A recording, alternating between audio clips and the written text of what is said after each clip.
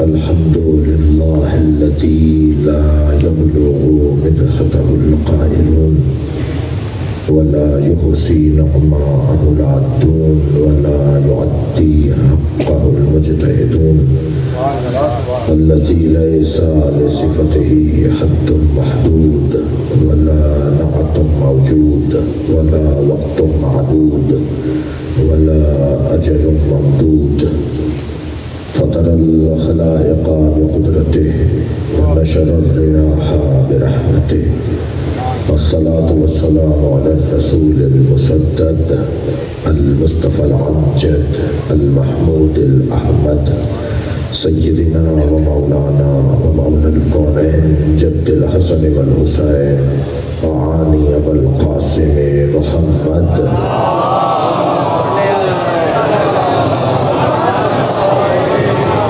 وآله الطيبين الطاهرين المعصومين الذين قال الله إنما يريد الله ليذهب عنكم الرجس أهل البيت ويطهركم تطهيرا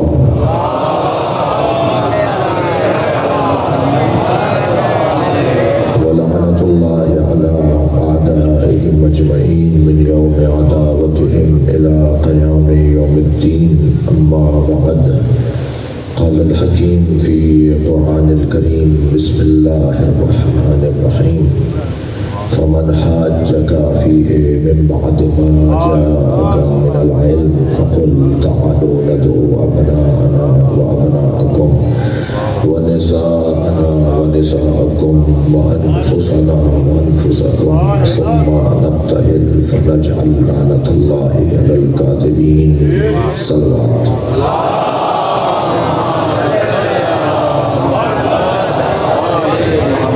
التماس کروں گا ایک سورہ فاتحہ 3 مرتبہ سورہ اخلاص حاضرین مجلس کے مرحومین شہدائے ملت بھاول نگر میں شہید ہونے والے 2 مومنین اور بانی مجلس کی طرف سے سید علی محمد نقوی ابن سید علی نقی نقوی مصطفی بیگم بنت احمد حسین زینت جہاں بنت سید ابن حسن یعقوب حسن ابن حمید حسین خیر النساء بنت مولانا محمد رضا حامد حسن ابن یعقوب حسن حسن نقی نقوی ابن علی نقی نقوی تمام مرحومین مومنین و مومنات خاص طور پہ جناب رضا نقوی صاحب کے مرحومین شہدائے ملت رحم اللہ من قرآن الفاتحہ بسم اللہ الرحمن الرحیم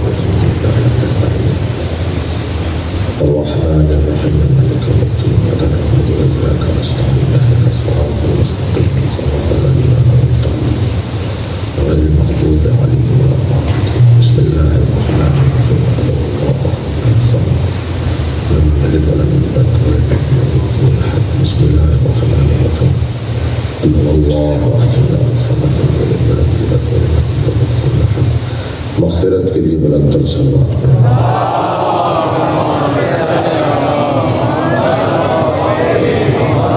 سورہ مبارکہ آل عمران کی 61ویں آیت ہے اور یہ آیت پنجتن کی عظمت میں سب سے بڑی آیت ہے اور ہم سب بیٹھے بھی اسی بات کو سننے کے لیے صلوات پڑھیں محمد علیہ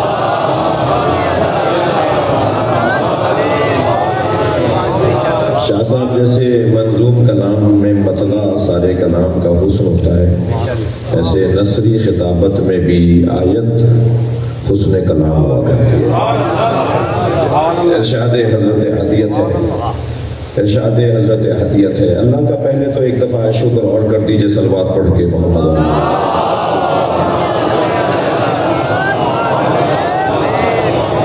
کہ اس نے ہمیں جس دروازے پر بٹھایا ہے اس سے اچھا دروازہ نہیں ہے دنیا کہاں بیٹھی ہے ہمیں اس سے غرض نہیں مگر ہم جہاں بیٹھے ہیں وہاں سے جنت کا رستہ بنتا ہے ترقی کی راہیں کھلتی ہیں عظمت کے عنوانات ملتے ہیں اور سب سے بڑی دولت بتا دوں ایک صلوات پڑھ دیا کریں نبی کے نام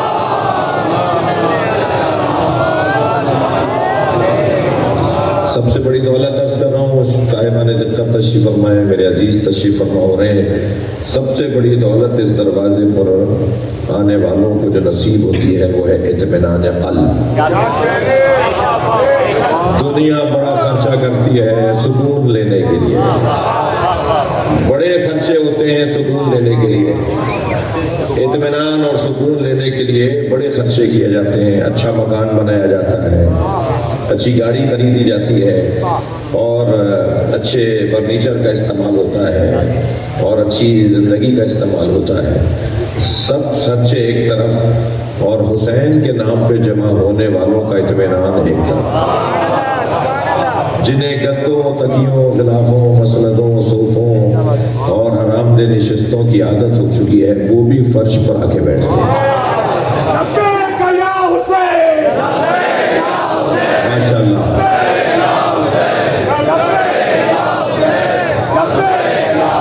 بلند تر صلوات پڑھیں گے۔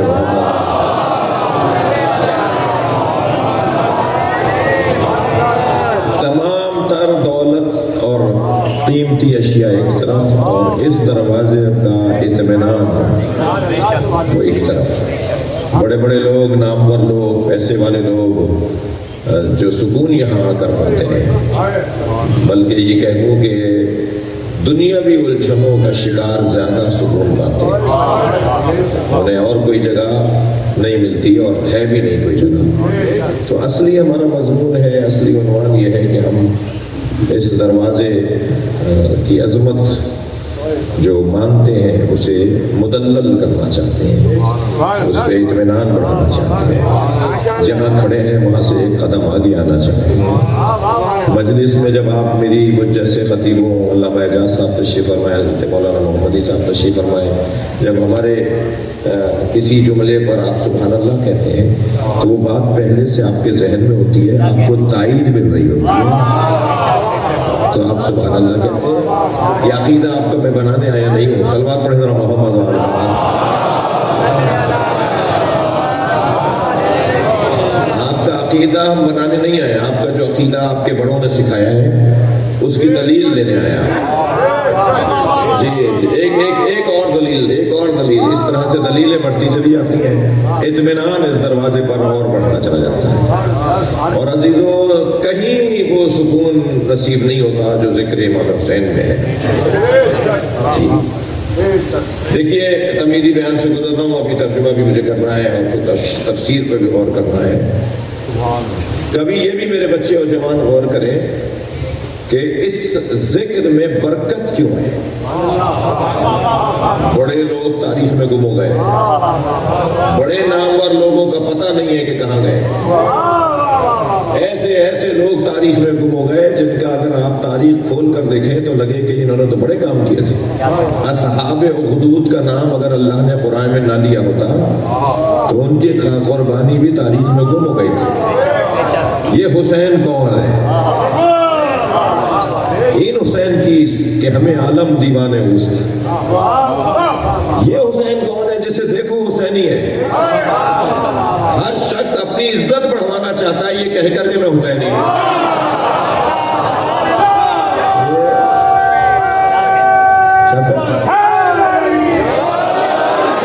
جی بڑے بڑے نام میں اگر جاؤں گا تو ممبر کا ادب میں اجازت نہیں دے رہا، بڑے سیاستدان، بڑے بڑے ملک کے اندر سیاسی جماعتوں کے سربراہ جب انہیں کوئی اپنی حقانیت ثابت کرنی ہوتی ہے تو کربلا سے جڑ جاتے ہیں۔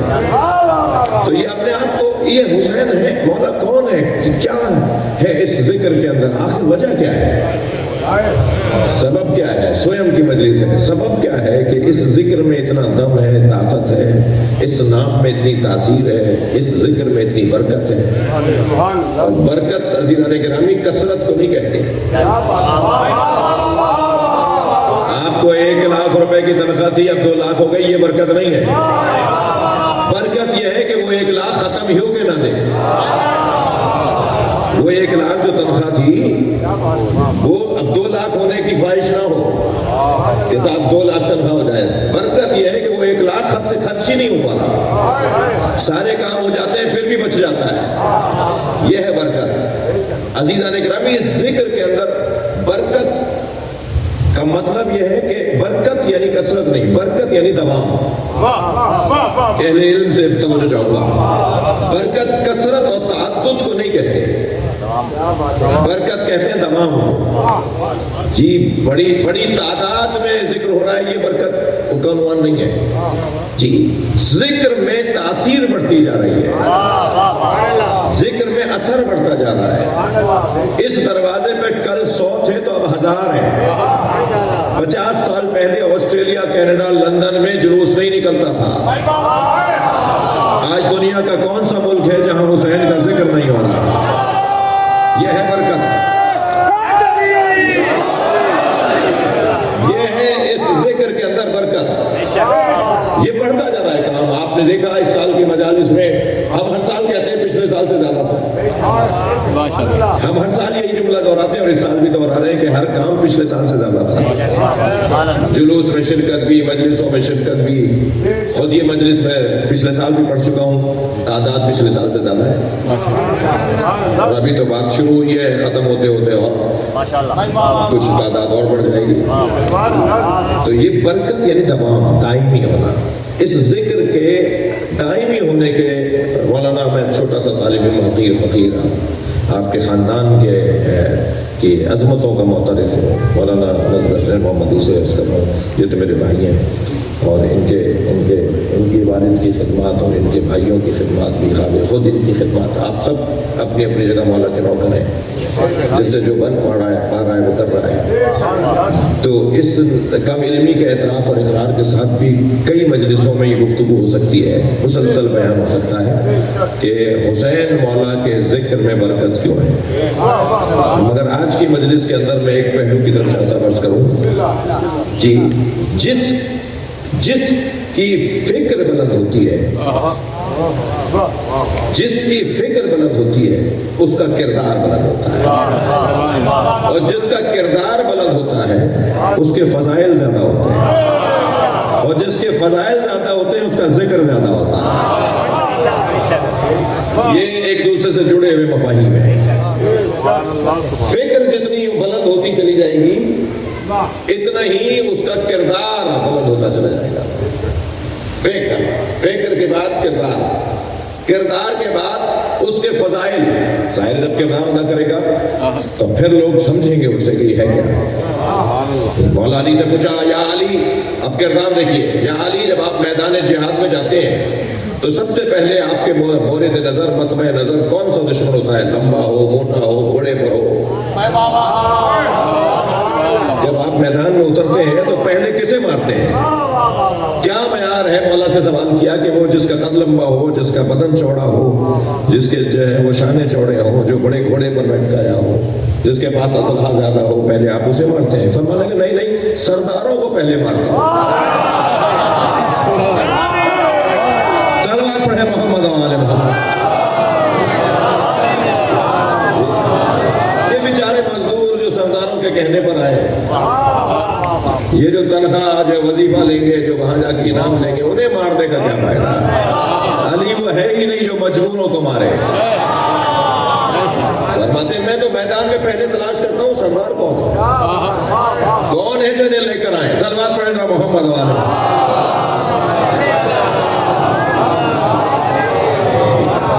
جنگ بدر ہے۔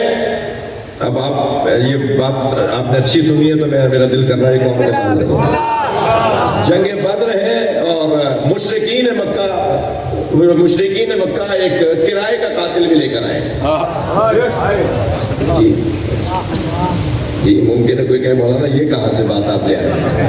کرائے کے قاتل کی اصطلاح تو ہمارے زمانے کی ہے بھائی، اصطلاح ہمارے زمانے کی ہے، مزاج آج کا نہیں ہے،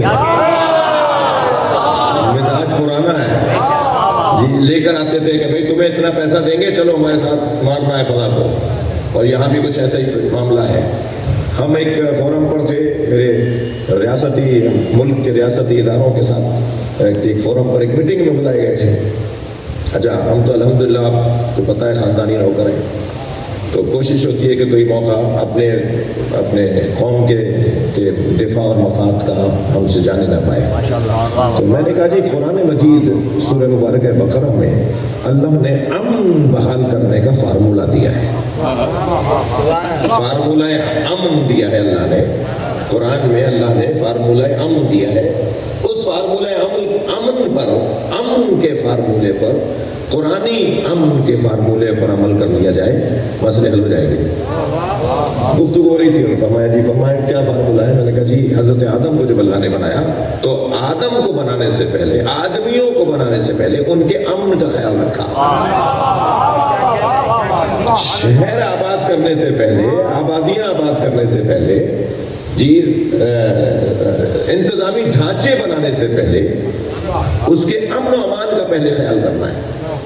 اور اب یہ والی بات نہیں ہوگی کہ معاش کیسی ہوگی، تعلیم کیسی ہوگی، مثال روڈ رستے کیسے ہوں گے، عمارتیں کیسی ہوں گی، ہاسپٹل کیسے ہوں گے۔ ایک چیز ٹھیک کر لو، باقی ساری چیزیں ٹھیک ہوں گی، اور اگر وہ چیز ٹھیک نہیں ہوئی تو ساری چیزیں محنت کرنے کے بعد بھی ضائع جائیں گی، اور وہ ہے امن۔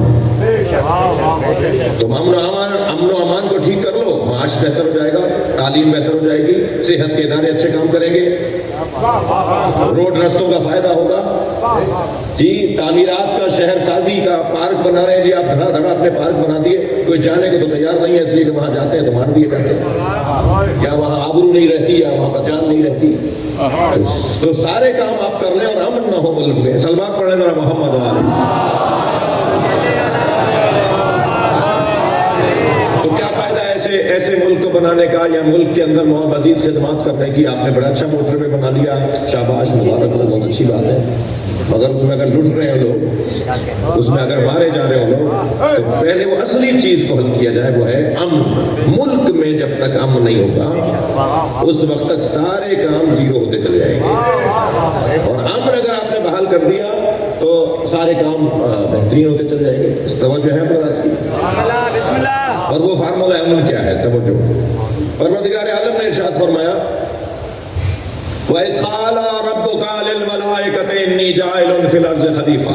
سنی بھی آیت استخلاف کہا جاتا ہے اس آیت کو۔ وَإِذْ قَالَ رَبُّكَ لِلْمَلَائِكَةِ إِنِّي جَاعِلٌ فِي الْأَرْضِ خَلِيفَةً۔ یاد کرو میرے حبیب، تھکے تو نہیں آپ؟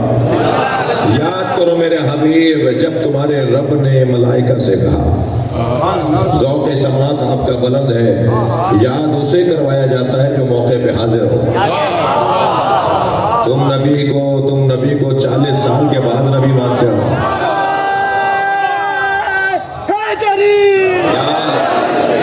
یاد کرو میرے حبیب وَإِذْ قَالَ رَبُّكَ لِلْمَلَائِكَةِ إِنِّي جَاعِلٌ فِي الْأَرْضِ خَلِيفَةً، جب تمہارے رب نے ملائکہ سے کہا کہ میں زمین پر انی جائل فی الارض خلیفہ، میں زمین پر خلیفہ بنا رہا ہوں، بنانے والا ہوں، میرا کام خلیفہ بنانا ہے، اب میں اس کے پر عمل کر رہا ہوں۔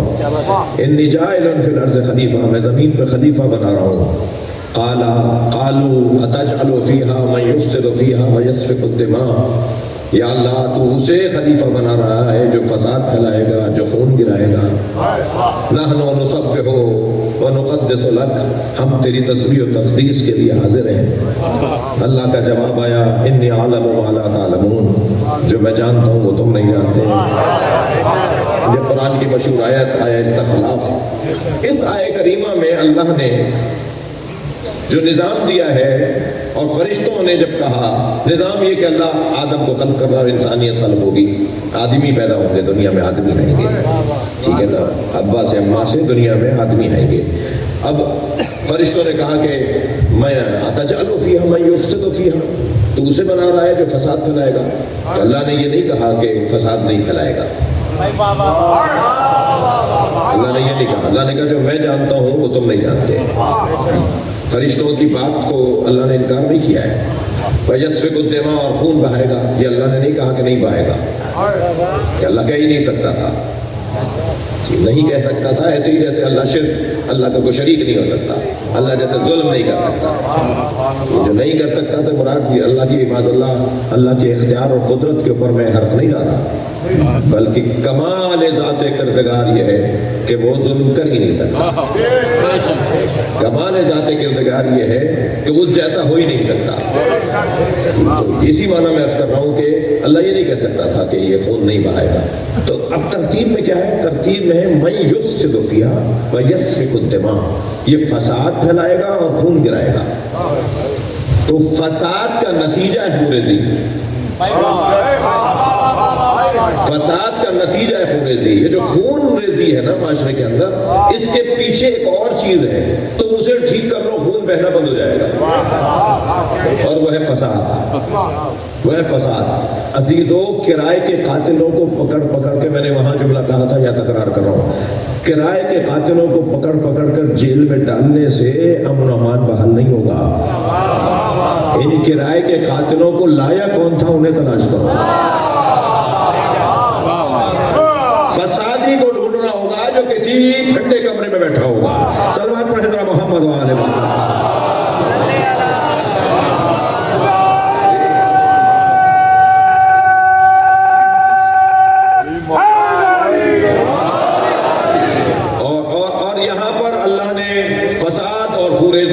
امن کا فارمولہ یہی ہے کہ پہلے مفسدوں کو کنٹرول کیا جائے، پھر خود بخود خون گرانے والے قابو میں آ جائیں گے. تو جنگ بدر میں بھی ایک نوفل نامی پہلوان کو کرائے کا قاتل لے کر آئے. پیسے اتنے ملیں گے، چلو علی کو مار دیں. پیسے اتنے ملیں گے، چلو حمزہ کو مار دیں.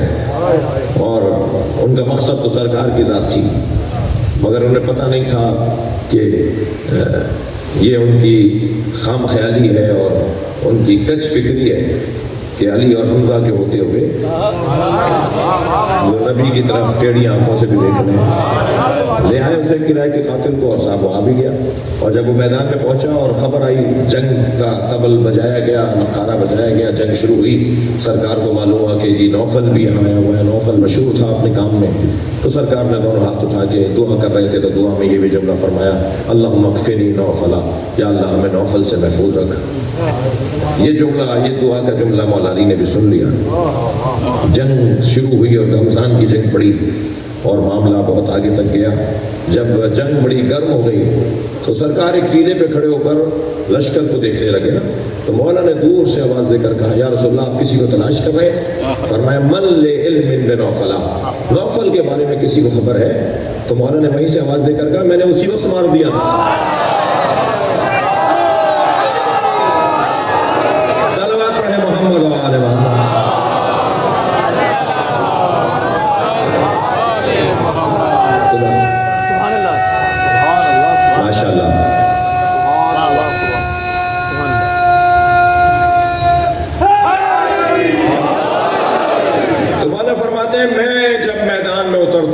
سرداروں کو مارتے ہیں تاکہ خون کم سے کم گرے، تاکہ نقصان کم سے کم ہو. بیچارے مزدوروں کو مارنے کا کیا فائدہ، تنخواہ پانے والوں کو. تو بحث اور گفتگو یہ ہے کہ جتنی فکر بلند ہوگی اتنا ہی کردار بلند ہوگا. جتنا کردار بلند ہوگا اتنے فضائل زیادہ ہوں گے. انسان کے فضائل کا تعلق اس کے کردار سے. غدیر میں سرکار نے مولا علی کو شجاعت نہیں دی تھی، یہ علی کی صفت پہلے سے تھی. غدیر میں مولا نبی نے مولا علی کو شجاعت نہیں دی تھی، سخاوت نہیں دی تھی، علم نہیں دیا تھا کہ میں جس کو جانتا ہوں علی اس کو، علم نہیں دیا مولا کو. وہ چیزیں غدیر میں نہیں دی گئیں. ایک اخبار میں چھاپ دیا کہ جی مولا امام حسن نے شام کے حاکم کو حکومت، شام کے حاکم کو امامت سونپ دی. یہ جملہ لکھ دیا ایک اخبار میں، پرانی کٹنگ میرے پاس موجود ہے. بھائی یہ امامت وہ چیز ہی نہیں ہے جو کسی کو دے دی جائے، اور کسی کو دینے سے وہ سنبھال لے یہ ضروری نہیں ہے. مگر کہہ بھی دو نا کہ فلاں کو دے دی، وہ سنبھالے گا بھی. یہ چیز دینے والی ایسے ہی ہے جیسے آپ کہہ رہے ہیں کہ حسن نے اپنا علم دے دیا، حسن نے اپنی شجاعت دے دی، حسن مولا نے اپنی غیرت دے دی، عزت دے دی، حسن مولا نے اپنی سخاوت دے دی، شجاعت. یہ دینے والی چیز ہی نہیں ہے. غدیر کے میدان میں یہ کمالات نہیں دیے گئے، یہ علی کے ذاتی ہیں، یہ علی کی اپنی چیز ہے. اور یہ ہے جو فضائل کا عنوان ہے. پھٹے بوریے پر بھی اگر علی بیٹھے ہوں گے تو علی علی ہے.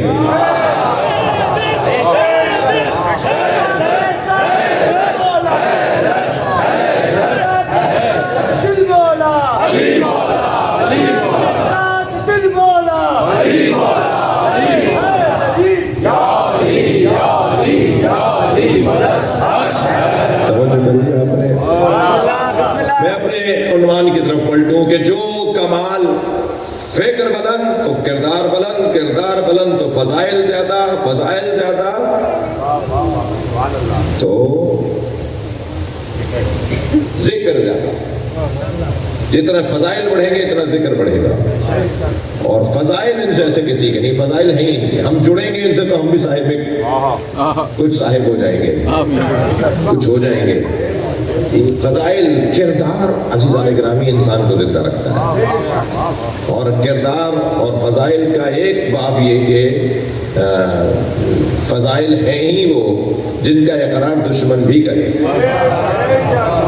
لہذا عمرو عاص جیسا شخص جب ابن عباس سے مولا کی شہادت کے بعد ملا تو اپنے خیمے میں گیا اور صندوق سے ایک کاغذ نکال کے لایا اور کہا کہ جب علی کی شہادت کی خبر ہم نے سنی تو میں نے علی کے لیے قصیدہ کہا تھا، وہ سنا دیتا ہوں. کون؟ جس نے ساری زندگی مولا کو تنگ کیا. تو یہ جو محاورہ ہے نا عربی زبان کا بڑا مشہور، یہ اس کے کلام کا پہلا مصرع ہے. الفضل ما شہدت بہ الاعداء. یہ عمرو عاص کے مولا کے بارے میں جو اس نے مولا کی شہادت کے بعد لکھا تو اس کا پہلا مصرع، مطلع کا پہلا مصرع یہ ہے کہ فضیلت ہے ہی وہ جس کا اعتراف دشمن کرے. تو میں علی کا دشمن اور علی کے فضائل کا اقرار کر رہا ہوں. تو فضائل انسان کے کردار سے، کردار اس کے اس کی فکر سے، اور یہ ذکر اور ذکر اور ذکر ہے کہ جو آج ہمارے لیے عزت ہے. اب ہمارا قد بلند ہو جاتا ہے جب ہم اس گھرانے کا ذکر کر رہے ہوتے ہیں. کہاں گئے تھے بھائی؟ بچے سے پوچھا جائے گا مجلس میں گئے تھے، فوراً ماں باپ کا غصہ اتر جائے گا کہ حسین کی مجلس میں گئے تھے. اور اگر یہ کہے کہ میں مثال کے طور پہ گلی میں فلاں تو اس کو شاید تنبیہ بھی کی جائے گی، لیکن عزت محسوس ہوتی ہے کہ ہم مجلس میں گئے تھے. اب ذرا آیت کا ترجمہ دیکھیے. اللہ اپنے کلام میں اہل بیت کی عظمت کو، فضائل کو بیان کر رہا ہے اور پنجتن کا تذکرہ قرآن میں. اور پنجتن کی عصمت پہ جو 1000 دلیلیں ہیں ان میں سے ایک دلیل یہ آیت ہے. ارشاد ہو رہا ہے فمن حاجک فیہ من بعد ما جاءک من العلم. علم آ جانے کے بعد اے میرے نبی اگر کوئی کٹ حجتی کرے، زدم زدہ کرے، بحثم بحثی کرے، فقل تو ان سے کہہ دیجئے تعالوا ندعو ابناءنا و ابناءکم. ان سے کہہ دیجئے ہم اپنے بیٹے لاتے ہیں، تم اپنے بیٹے لاؤ. ایسے آگے نہیں بڑھوں گا. علم آ جانے کے بعد اگر کٹ حجتی کوئی کرے تو تیار رہے کہ کوئی تنبیہ آسمان سے آ سکتی ہے. دلیل آ جانے کے بعد اگر بحثم بحثی کوئی کرے تو تیار رہے کہ کوئی پریشانی آ سکتی ہے. اب جس سے یہ بحث کر رہا ہے اس کا مقام جتنا بلند ہوگا تنبیہ بھی اتنی بڑی ہوگی. جس سے یہ بحث کر رہا ہے اپنے علاقے کے عالم سے کر رہا ہے، اپنے والد سے کر رہا ہے، جس کا جتنا مقام بلند ہوتا چلا جائے گا اتنا ہی تنبیہ بھی بڑی ہوتی چلی جائے گی. اب یہ بحث کس سے کر رہے تھے؟ نبی سے. نبی سے بڑا کائنات میں ہے ہی نہیں. کائنات کے سب سے بڑے وجود سے یہ زندم زندہ کر رہے تھے تو اب عذاب بھی اتنی بڑا ہوگا، اب تنبیہ بھی اتنی بڑی ہوگی. عزیزان گرامی ارشاد ہو رہا ہے علم آ جانے کے بعد اگر کوئی ضدیت کرے، تسلیم نہ کرے تو فقل تو کہہ دیجئے میرے حبیب تعالوا ندعو ابناءنا. بلا لاتے ہیں ہم اور ہم بلائیں تم بلاؤ. لے آتے ہیں بلا کر ہم اپنے بیٹوں کو، تم اپنے بیٹوں کو. نبی کا کلمہ آج اسی لیے پڑھا جا رہا ہے، روز بروز کلمہ پڑھنے والوں میں اضافہ ہے. ابھی میں مجلس پڑھ کر آ رہا ہوں، وہاں نیا کلمہ یعنی نئے کلمہ پڑھنے والوں میں اضافہ کا منظر تھا. نئے لوگ شریک ہوئے آپ کے ساتھ. سلوات پڑھیں ذرا محمد.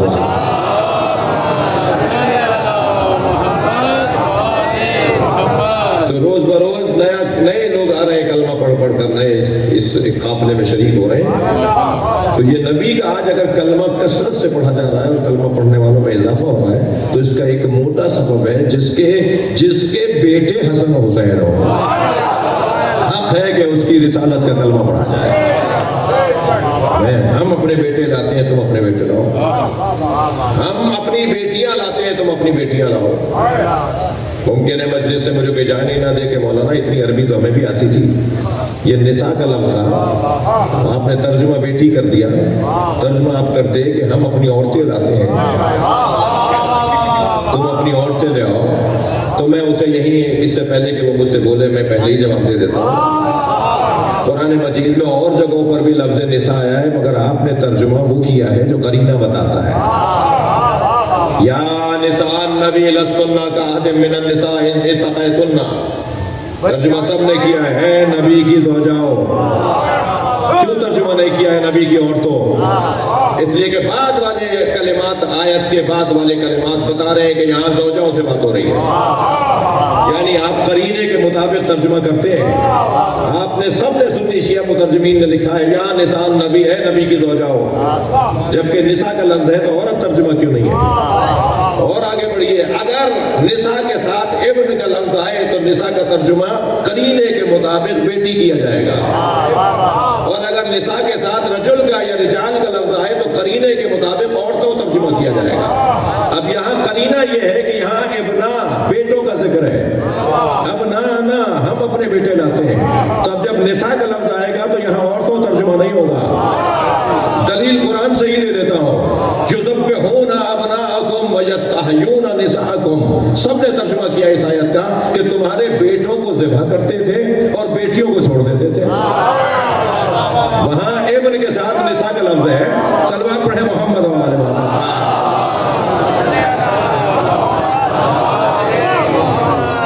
یذبحون ابناءکم ویستحیون نساءکم، وہ تمہارے بیٹوں کو ذبح کرتے تھے اور بیٹیوں کو چھوڑ دیتے، تو نساء کا ترجمہ بیٹی کیوں کر رہے ہیں؟ آپ نساء کا ترجمہ بیٹی اس لیے کر رہے ہیں کہ اس لفظ سے پہلے ابن کا لفظ آیا ہے، ابناءکم کا لفظ آیا ہے۔ ایسے ہی جب قرآن میں وہاں آپ نے وہ ترجمہ کیا ہے تو یہاں ترجمہ کیوں نہیں کریں گے؟ اس لیے کہ جناب زہرا کی عظمت ہے۔ صلوات پڑھیں محمد و آل محمد۔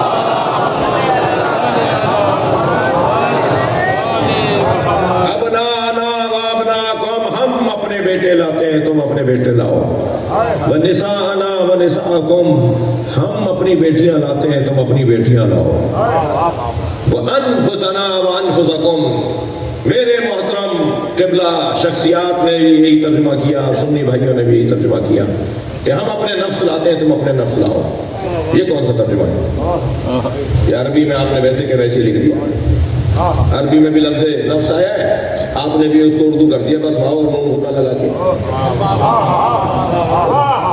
ہم اپنے نفس لاتے ہیں تم اپنے نفسوں کو لاؤ، ہم اپنے نفسوں کو لاتے ہیں تم اپنے نفسوں کو لاؤ، تو آپ نے کون سا کارنامہ کیا؟ نفس کا ترجمہ کریں نا، نفس کا ترجمہ ہوگا ہم اپنے جیسے لاتے ہیں تم اپنے جیسے لے کر آؤ۔ بڑی آرزو ہے کچھ لوگوں کو نبی جیسا بولنے کی، قرآن میں صرف علی کو نبی جیسا کہا گیا ہے۔ صلوات پڑھیں محمد و آل محمد۔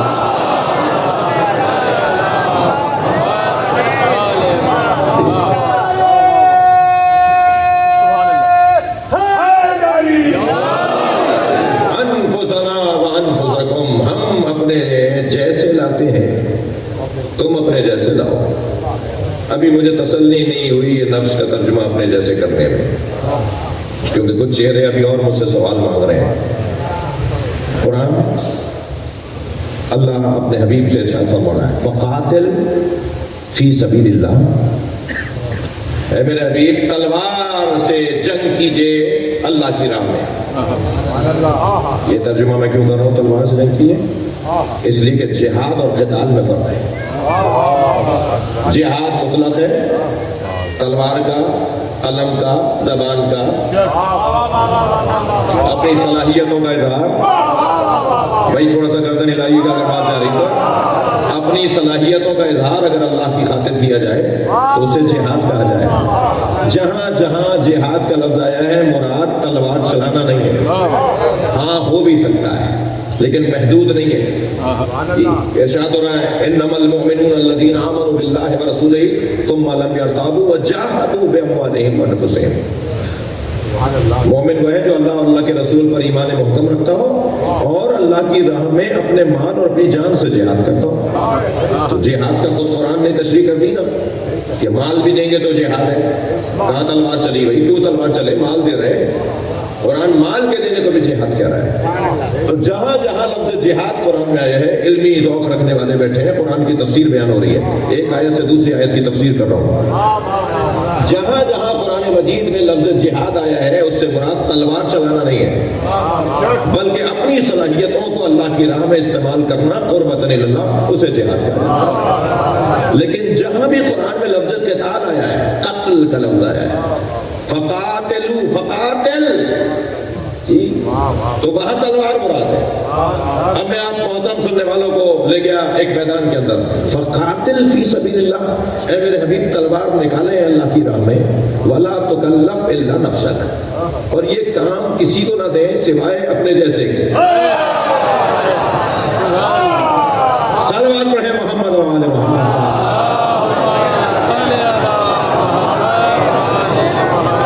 یہ کام کسی کو نہ دیں الا نفسک، سوائے اپنے جیسے کے۔ قرآن نے تو بتا دیا، اپنے جیسے کا ذکر کر دیا، اب بھی مسلمانوں کو نام چاہیے تو ہم بتانے بیٹھے ہیں۔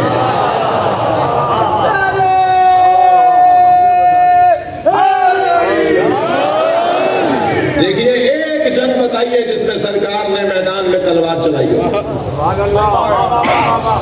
80 جنگیں لڑی ہیں سرکار کی سرپرستی میں مسلمانوں نے، سرکار کی رہنمائی میں 80 جنگیں جیتی ہیں جی، ایک آدھ دو جنگیں جن کا نقشہ بدلا ہے، جیتی ہوئی جنگوں کو 80 کی تعداد، بچے ذرا پلے سے باندھ کے جائیں، 80 کی تعداد میں سرکار نے جنگیں جیتی ہیں۔ جب متوکل بیمار پڑا اور مرنے کے دہانے تک آ گیا تو ماں نے منت مانی کہ اگر ٹھیک ہو گیا تو کثیر صدقہ اللہ کی راہ میں، یہ ٹھیک ہو گیا، کہا جی مولانا حضرات سے پوچھ لیجئے کہ کثیر کتنا دے دوں؟ اچھا یہ مصیبت بھی خواب انہوں نے دیکھا ہے، تعبیر آپ بتائیں جی، سوچا انہوں نے، عمل آپ کروا کے، تو کہتے ہیں جی وہ کثیر کتنا دے دوں کہ کثیر ہو جائے؟ تو ایک نے کہا جی 20 جانور دے دیجیے اللہ کی راہ میں۔ تو آواز دی بھائی 20 جانوروں کی تیاری کرو، تو ایک کی آواز آئی ہے اور درباری ملا کی کہ 25 دے دیجیے۔ اب یہیں سے اسے الجھن ہو گئی، کہنے لگے جی آپ مولویوں میں اختلاف ہے، ایک کہہ رہا ہے 20، ایک کہہ رہا ہے 25، تم بتاؤ، دوسرے سے کہہ رہا ہے 30 دے دیجیے، اور مشکل پڑ گئی۔ انہوں نے کہا جی 20 سے 15، 25، 25 سے 30، کثیر کسے کہتے ہیں؟ کثیر کی تعداد مجھے بتا دو، کثیر کہتے کسے ہیں؟ نہیں بن پائی ان سے تعداد، اور جب ان پاس جواب نہیں تھا،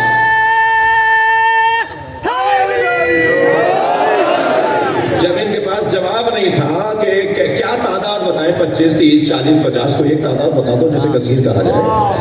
جب یہ مشکل میں آ گئے تو یہ طریقہ، یہ دستور پرانا ہے، جب بھی امت کو مشکل آئی ہے تو یا مشکل کشا یاد آیا یا علی کی اولاد یاد آئی، تو سب نے اپنی جان بچانے کے لیے کہا کہ علی النقی سے پوچھا جائے، تو اور امام علی نقی کا ہے، تو امام کی خدمت میں حاضری ہوئی کہ جی صدقہ دینا چاہتے ہیں کثیر تعداد میں، تو کتنا دے دیں؟ امام نے فرمایا 80۔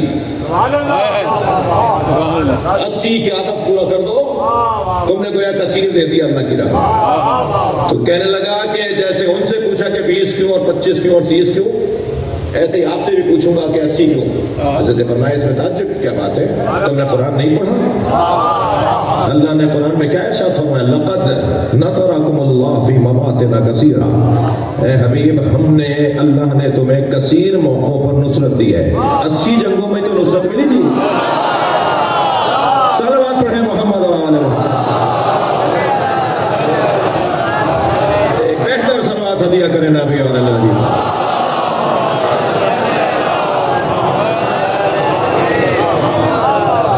توجہ کر لیا۔ لہذا عزیزان گرامی، یہاں اگر نساء کا لفظ ابن کے ساتھ آئے تو ترجمہ ہوگا بیٹی، رجال کے ساتھ تو عورت۔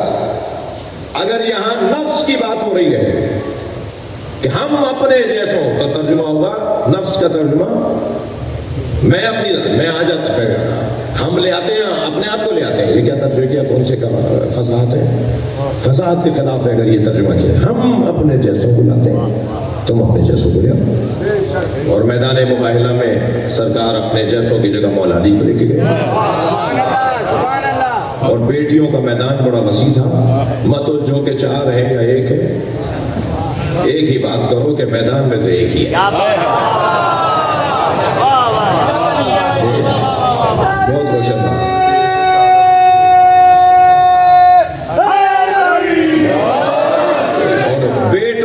جگہ سرکار بیٹوں کے عنوان پہ سرکار جنہیں لے کر گئے ہیں وہ ہیں حسن و حسین.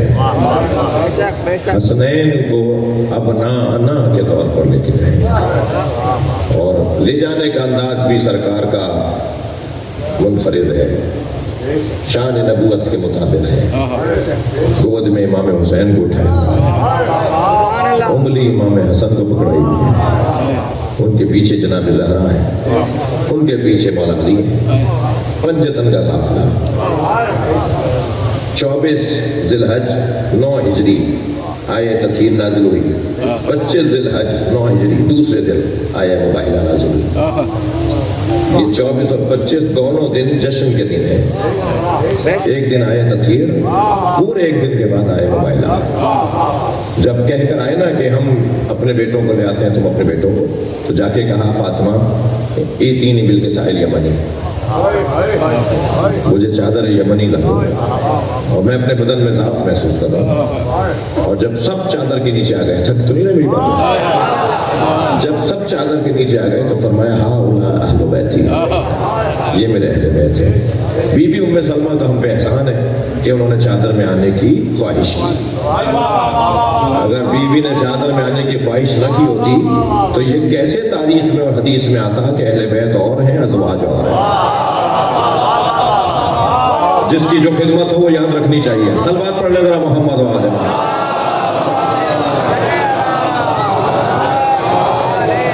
چادر کا کونا کھینچ کے سرکار نے فرمایا تم خیر پر ہو مگر اہل بیت میں نہیں ہو. اور پھر اہل بیت یہ ہے، اور پھر ان اہل بیت کو دوسرے دن میدان مباہلہ میں لے گئے. کیونکہ اگر گھر میں ہی اہل بیت کی بات ہوتی تو کتنے راوی ہوتے؟ ایک راوی دیکھ رہے ہیں، بہت زیادہ اور زوجائیں دیکھ رہی ہیں. پھر کہتے تھے عورتوں کی بات، وہ جو کل تک خبر واحد تھی وہ اللہ نے خبر متواتر بنا دی. دوسرے دن میدان میں سارا جہان دیکھے گا کہ پنجتن کون ہے، اہل بیت کون ہے.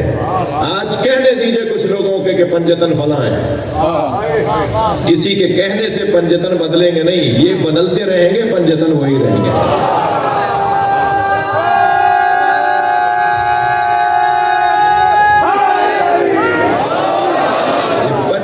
شان میں کوتاہی اور قصدن توہین کرنے والے تبدیل ہوتے رہیں گے. یہ کوئی پہلی دفعہ تو ہو نہیں رہا.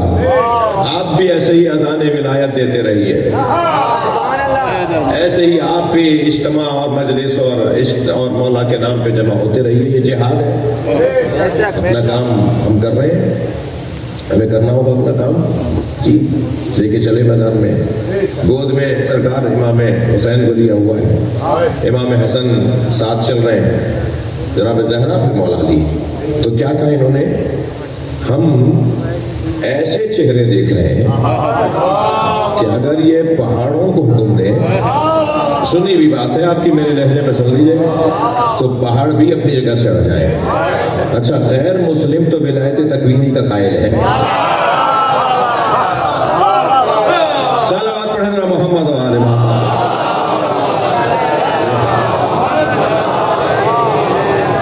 پہاڑ ہٹ جائے بھائی، یہ تصرف کریں دنیا میں. کہ اگر میں ایسے چہرے تھے، کون کہہ رہا تھا یہ؟ ابو الحارث کہہ رہا تھا، مسیحیوں کا پادری بڑا عالم. 3 لوگ آئے تھے، یہ ایک سردار قبیلے کا، ایک تاجر، مسیحیوں کا سب سے بڑا تاجر، اسٹاک ایکسچینج کا چیئرمین، کیا بولتے ہیں آپ لوگ؟ صدر صاحب سارے تاجروں کے، وہ بھی آئے ہوئے تھے. اور سردار بھی آیا ہوا تھا قبیلے کا، اور بڑا عالم بھی آیا ہوا تھا. جہاں تو وہ ابو الحارث سے اس کے بیٹے نے کہا کہ آپ کیا سمجھتے ہیں کہ یہ صحیح ہو رہا ہے؟ کہنا نہیں، غلط ہو رہا ہے. ابھی جا نہیں رہے تھے، گئے نہیں تھے، یعنی جا رہے تھے اور ابھی پہنچے نہیں تھے. تو بیٹے نے پوچھا کہ یہ جو آپ لوگ کرنے جا رہے ہیں یہ صحیح ہو رہا ہے؟ کہا نہیں، غلط ہو رہا ہے. کہا پھر؟ کہا اگر عبداللہ کے بیٹے نبیوں کے، مسلمانوں کے نبی اپنے گھر والوں کو لائے تو ہم مباہلہ نہیں کر پائیں گے، اور اپنے دوستوں کو لے آئے، تھکے تو نہیں ہیں، تو پھر کوئی بات ہو سکے گی، اور یہ کام ہم صحیح نہیں کرنے جا رہے. تو اس نے کہا کہ اگر وہ گھر والے آئے اور آپ کہہ رہے ہیں کہ ہم صحیح نہیں کرنے جا رہے، تو جا کیوں رہے ہیں؟ کہنے لگے کیا کروں، 1 لاکھ درہم سالانہ دیتا ہے یہ سردار، اور ساری مارکیٹ کا جو ٹیکس ہے وہ ہمارے یہاں پہنچاتا ہے یہ تاجر، تو اگر میں نے ان کی بات نہیں مانی تو میرا یہ دیکھ رہے ہیں نا آپ، جو بھی اہل بیت کے مقابلے میں آیا ہے اس کے پیچھے دنیا کی لالچ، دنیا کی لالچ۔ 2 لوگوں نے امام حسین کو 2 سببوں کی وجہ سے کربلا مارنے آئے تھے امام حسین کو، یا 2 علتیں ہیں کربلا میں ظلم کرنے والوں کے پیچھے، ایک حب دنیا، پیسہ، لالچ، رائے کی حکومت، تھکیں گے نہیں، ایک حب دنیا، ایک بغض علی۔ جب بغض علی اہل بیت سے دشمنی کرواتی ہے اور قتل تک لے جاتی ہے بات، یا پیسہ، کہنا مجھے پتا ہے کہ ہم ٹھیک نہیں کر رہے مگر کیا کروں، یہ پیسے دیتے ہیں مجھے، میں ان کو کیسے منع کر دوں۔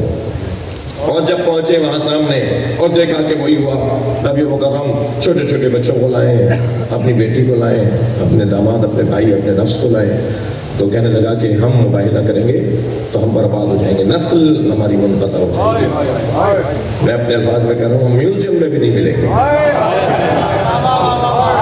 تاریخ میں گم ہو جائیں گے اگر انہوں نے ہمیں بد دعا دے دی، کیونکہ طے یہ تھا کہ مباہلہ کریں گے، طے کریں گے اللہ کا قرب کس سے، اللہ کس کی سن رہا ہے۔ بد دعا کرنے کا یہ مطلب تھا، ہم بھی بد دعا کریں تم بھی کرنا، دیکھ لیتے ہیں اللہ کے نزدیک مقام کس کا ہے۔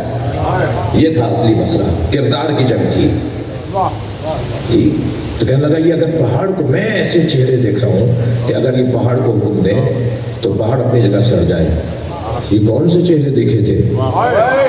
نبی سے 1 دن پہلے مل چکے، مولا علی سے 1 دن پہلے مل چکے، جناب زہرا کو دیکھنے کا تصور نہیں ہے، یہ حسنین کے چہرے ہیں۔ میں ایسے چہرے دیکھ رہا ہوں، اگر یہ پہاڑ کو حکم دیں تو اپنی جگہ سے ہٹ جائیں۔ تو حسنین کے اس کمسنی اور بچپنے میں یہ حالت، یہ کیفیت، یہ مقام، یہ عظمت ہے کہ اگر حسنین کہیں تو پہاڑ ہٹنے لگ جائیں۔ اللہ اکبر۔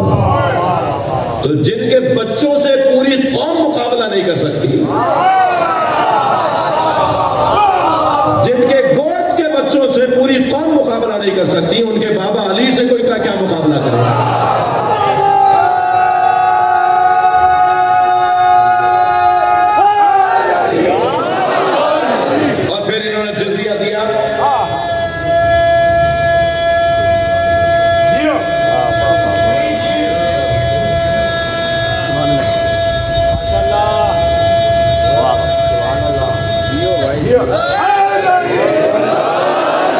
انہوں نے جزیہ دیا، جرمانہ بھرا اور واپس چلے گئے، اور طے کر لیا کہ جو نبی چاہیں گے ایسا ہوگا۔ معاہدہ ہوا ان کے اور نبی سرکار کے درمیان، اور یہ واپس چلے گئے۔ مگر قصہ ختم نہیں ہوا ہے، حسین کا نواں آئے گا جس کے پیچھے حضرت عیسیٰ نماز پڑھیں گے۔ مباہلے کا عمل ابھی جاری ہے، اور مباہلہ پھر ہوگا، اور اب ایسا ہوگا کہ یہ مباہلہ نہیں کریں گے بلکہ تسلیم ہو جائیں گے۔ اس وقت تسلیم نہیں ہوئے، جزیہ دیا، اب تسلیم ہوں گے۔ اور جب حضرت عیسیٰ امام کے پیچھے نماز پڑھیں گے تو پوری مسیحیت مسلمان شیعہ ہو جائے گی۔ اچھا، ممکن ہے کسی کو بھاری پر گزر گیا ہوئی لفظ کہ مولانا یہ کیا کہہ دیا آپ نے؟ اب تک تو آپ ہم سب کے لیے سنی شیعہ کے لیے بات کر رہے تھے، ہم لگ رہے تھے ہمارا ہی مولوی ہے، یہ آخر میں اپنے شیعہ کیوں بول دیا؟ تو میں اس کے لیے ایک جملہ کہہ دوں کہ بھائی امام وقت جن کے پیچھے حضرت عیسیٰ نماز پڑھیں گے، حضرت امام وقت ہمارے ہاں حسین کے نوے بیٹے ہیں، اور مہدویت کا عقیدہ ہمارا خاصہ ہے۔ آج نہیں کل تشیع غلبہ پائے گی، مستقبل آپ کا ہے، کل آپ کا ہے، اس لیے کہ امام مہدی آپ کے ہیں، امام مہدی ہمارے ہیں، اور وہ وقت بہت قریب ہے۔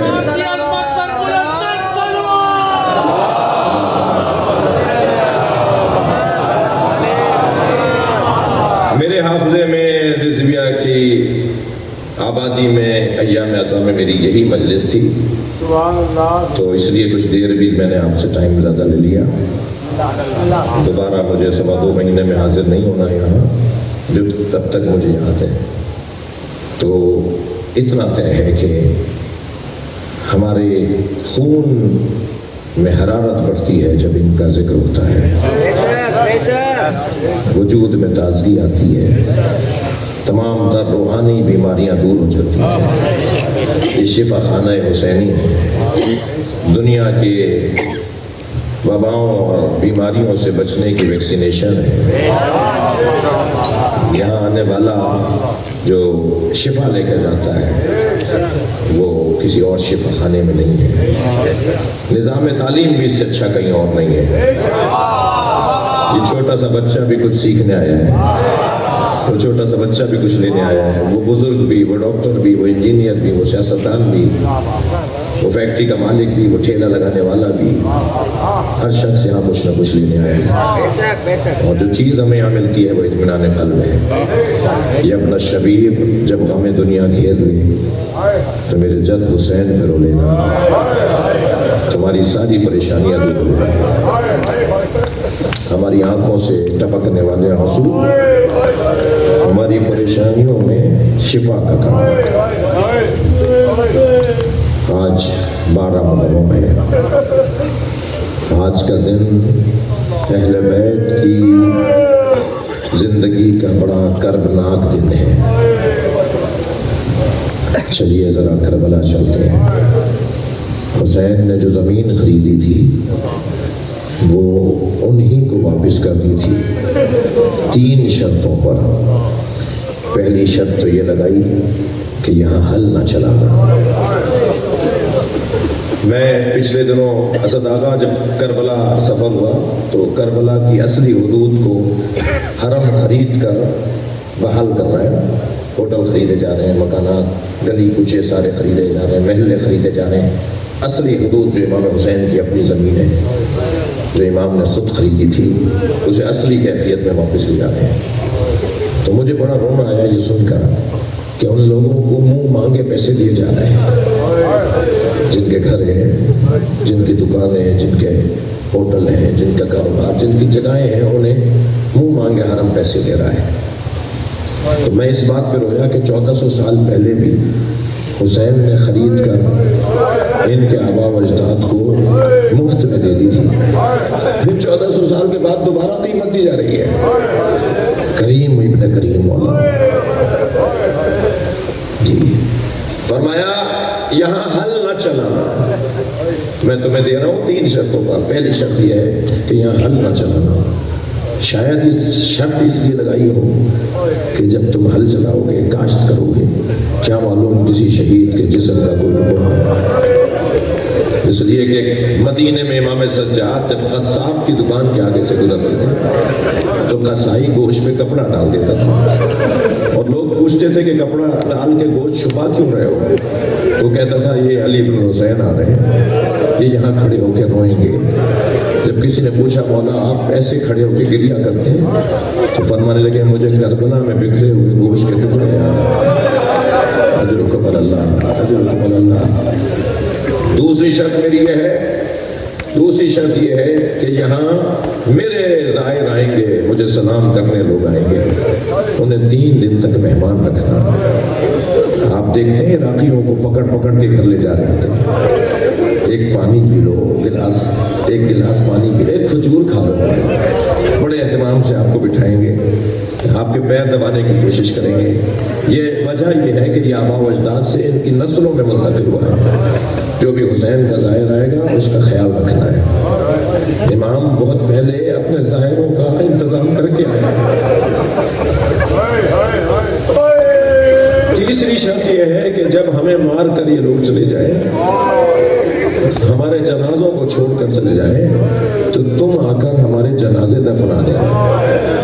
اور پھر یہ بھی امام نے احساس رکھا کہ اگر تم ڈر رہے ہو، کسی سے خوف زدہ ہو، تو پھر اپنی عورتوں سے کہنا لاز مظلومیت، اور اگر تمہارے گھر کی خواتین یہ نہ کر پائیں تو بچوں سے کہنا کہ وہ آ کر ہمارے جنازوں کو خاک کے حوالے کر دیں، تدفین کر دیں، دفنا دیں۔ امام نے یہ 3 وصیتیں فرمائیں۔ حضرتارو 12 محرم آج کا دن، کب شہید ہوئے امام حسین؟ عاشور کے عصر کے وقت میں، 3 دن مکمل ہو رہا ہے۔ حسین کا لاشا بے گور و کفن ہے، اور لاشا بھی ایسا ہے جو زینب پہچان نہیں پائی۔ جو رونے آئے اپنی آوازوں کو آزاد کریں گے، میں 2-3 مصائب کے منزلیں لوں گا۔ لاشا بھی ایسا ہے کہ جسے امام سجاد پہچان نہیں پائے۔ 10 نانجیبوں نے اپنے تازہ سم لگے ہوئے گھوڑے دوڑائے تھے امام حسین کے بدن پر، اور جب گھوڑے دوڑ گئے تھے نا عزیزانو، تو امام کی پسلیاں کمر سے نکل رہی تھیں۔ بی بی پہچان نہیں پائی تھی کہ میرا بھائی ہے۔ میں کہتا ہوں کہ پورا مرثیہ ہے جناب زینب کا یہ جملہ، پورے مرثیے کا کام کرتا ہے بی بی کا جملہ۔ انت اخی زینب، کیا تم ہی زینب کے بھائی حسین ہو؟ برابر کی بہن نہیں پہچان پائی، اور پھر لاشے کے گرد جناب زینب نے چکر کاٹے۔ امام سجاد نے پوچھا پھوپھی اماں کیا دیکھ رہی ہیں؟ فرمانے لگی سالم جگہ ڈھونڈ رہی ہوں جہاں بوسہ دے سکوں۔ بی بی زینب کو سالم جگہ نظر نہیں آئی، کٹی ہوئی رگوں کا بوسہ دیا، اور پھر مدینے کی طرف رخ کر کے نانا کو سلام کیا، اجرکم اللہ اجرکم اللہ۔ پھر بیٹھ گئی اپنے بھائی کے بدن کے برابر میں، اور زار و قطار جناب زینب رو رہی تھی۔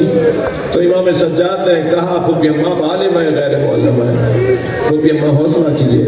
فرمایا زین العابدین غور سے دیکھو، میرا بھائی دھوپ میں ہے، میرے بھائی کا بدن دھوپ میں ہے۔ زین العابدین میں کم سن تھی، اپنے گھر کے صحن میں سو رہی تھی۔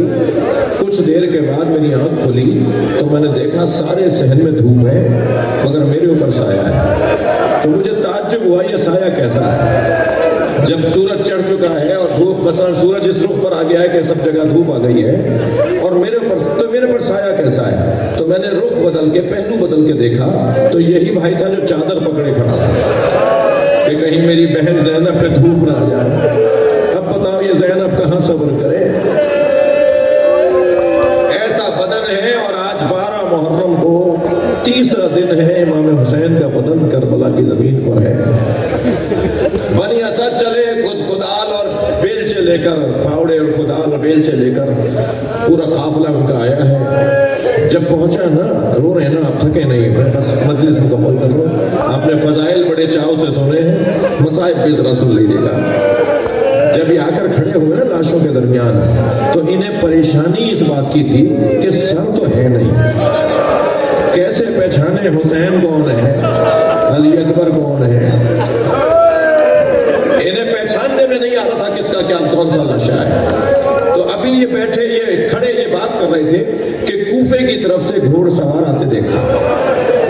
اس گھوڑے سوار کو آتے دیکھا تو آپس میں کہنے لگے تلواریں سنبھالو، یہ ہو سکتا ہے کہ ہمیں روکنے کے لیے کوئی آ رہا ہو۔ تو جب یہ لوگ آمادہ ہونے لگے تو دور سے امام کی آواز آئی، میں زین العابدین ہوں، اعجاز امامت سے آئے ہیں۔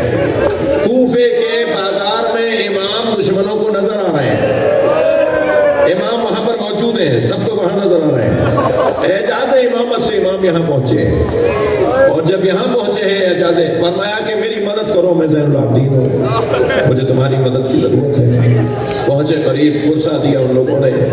امام نے فرمایا ایک بڑی قبر بناؤ، ایک بہت بڑی قبر بنائی جسے گنج شہیدہ کہا جاتا۔ تھکے نہیں، امام نے سارے شہیدوں کو اس میں دفنایا، سارے شہیدوں کو اس میں دفنایا، الا حضرت حبیب ابن مظاہر، حضرت حور، یہ دونوں مہمان آئے تھے نا، یہ دونوں مہمان آئے تھے، ان کے علیحدہ مزار بنیں گے، یہ آل رسول ہے، یہ کسی کا رکھتے نہیں ہیں، حور کا مزار بھی علیحدہ بنے گا، مہمان تھا، حبیب کا مزار بھی علیحدہ بنے گا، بلایا تھا، ان دونوں کے علیحدہ مزار بنائے، اب رہ گئے خود امام حسین، حضرت علی اکبر، حضرت علی اصغر اور حضرت عباس۔ تو سب سے پہلے نہر پر گئے ہیں مولا سجاد، اجرکم اللہ، آوازیں آزاد کریں، میں دیکھ رہا ہوں بعض لوگ آمادہ نہیں رونے کے لیے، جی تھوڑا سا مولا سے آنسو بھی مانگا کریں، ایک دعا آنسو بھی مانگا کریں، یہ ایک قطرہ ہمارے قبر میں بڑا کام آئے گا، یہ اس جہان میں بڑا کام آئے گا۔ سب سے پہلے امام نے بڑی قبر بنائی، اس میں سارے شہیدوں کو لٹایا، پھر فرمایا میرے ساتھ نہر پہ چلو۔ اب نہر کے کنارے جو پہنچے تو حضرت عباس کا لاشا، اللہ آپ کو جناب سکینہ کی قبر بھی دکھائے اور جناب عباس کی اصلی قبر بھی دکھائے۔ دونوں قبریں بہت چھوٹی ہیں، جس کا قد بہت دراز تھا اس کی قبر چھوٹی کیسے ہے؟ اس لیے کہ حضرت عباس کی شہادت کے بعد جب امام حسین لاشا چھوڑ گئے مولا عباس کی وصیت کے مطابق، تو قاتل یہ سمجھے کہ عباس ابھی زندہ ہے۔ 100 تلوار بردار لوگ آئے ہیں، قتلو ہو اربا نربا، اتنی تلواریں ماری ہیں کہ امام سجاد نے لاشا اٹھایا ہے تو لاشا ڈھلک جاتا تھا، لاشا ڈھلک جاتا تھا۔ اللہ آپ کو کسی غم میں نہ لائے۔ ایک چٹائی میں لپیٹ کے مولا عباس کا لاشا دفنایا۔ اجرکم اللہ، اجرکم اللہ، تھکے نہیں حضرات، آج کا دن بھی بڑی مصیبت کا دن ہے۔ پھر آئے ہیں اور ایک بڑی قبر بنائی جس میں پائیں تھی حضرت علی اکبر کو لٹایا، سرہانے امام حسین کو لٹایا، امام حسین کو لٹا کے پائیں تھی حضرت علی اکبر کو لٹایا، اور قبر کو بند کرنے کے بعد قبر پہ لکھا ھذا قبر الحسین الذی قتلوا عطشانا، یہ اس حسین کی قبر ہے جسے پیاسا مارا۔ مجلس ہو گئی ہے، گریہ کر لیا ہے، بس آخری جملہ سن لیجئے۔ جیسے میں مصائب پڑھ رہا ہوں ایسے ایک بزرگ عالم دین کربلا میں حرم امام حسین میں مصائب، یہی والے مصائب پڑھ کر اترے، تو ایک روتے ہوئے عزادار نے کہا کہ آپ نے بتایا نہیں علی اصغر کو کہاں دفنایا؟ تو انہوں نے کہا میرے علم میں نہیں ہے کہ علی اصغر کو کہاں دفنایا۔ رات کو اپنے بستر خواب پر گئے، خواب میں امام حسین نظر آئے اور امام نے فرمایا ہمارے چاہنے والوں کو بتاؤ علی اصغر میرے سینے پہ سو۔ زین العابدین نے اس شش ماہے کو میرے سینے پر لٹا دیا۔ اللہ لعنت اللہ